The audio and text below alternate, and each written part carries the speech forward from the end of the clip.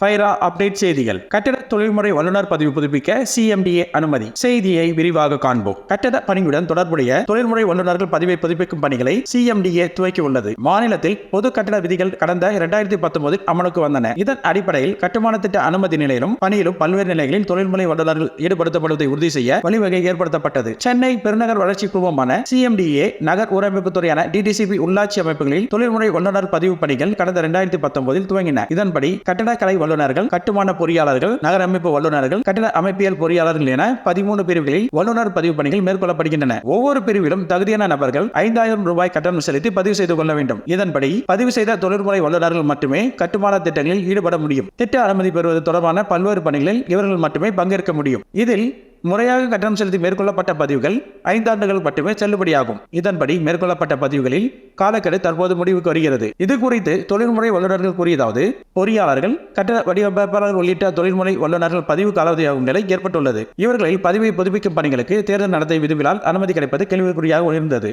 இந்நிலையில் இப்பதிவுகளை புதுப்பிக்கும் பணிகளை மேற்கொள்ள CMDA முன்வந்துள்ளது. ஆனால் உள்ளாட்சி அமைப்புகளில் இதற்கான பணிகளில் அதிகாரிகள் ஆர்வம் காட்டுவதில்லை. ஒவ்வொரு உள்ளாட்சி அமைப்பிலும் தனித்தனியாக பதிவு செய்ய வேண்டும் என்ற விதிகளை தளர்வு கோரி அரசின் முடிவுக்காக காத்திருக்கிறோம். நண்பர்களே, இந்த வீடியோ உங்களுக்கு பிடித்திருந்தால் லைக் பண்ணுங்கள், ஷேர் பண்ணுங்கள், மறக்காமல் கமெண்ட் பாக்ஸில் கமெண்ட் பண்ணுங்கள்.